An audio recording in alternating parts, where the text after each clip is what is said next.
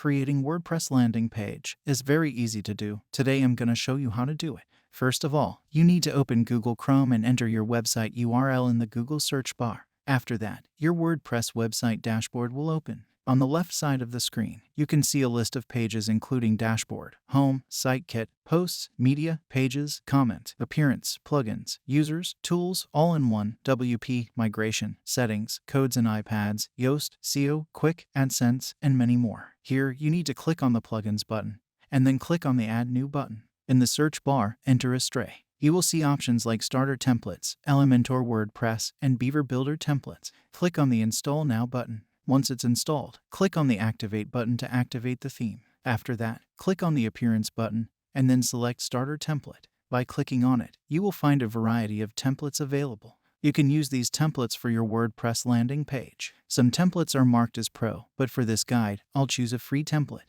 Once the template is open, if you want to edit it, click on the text to select it. You can change its font style and color. This way, you can customize your landing page. After editing the landing page, you can click Publish to make it live. This will create your WordPress landing page. And it's done. This is how you can create WordPress landing page.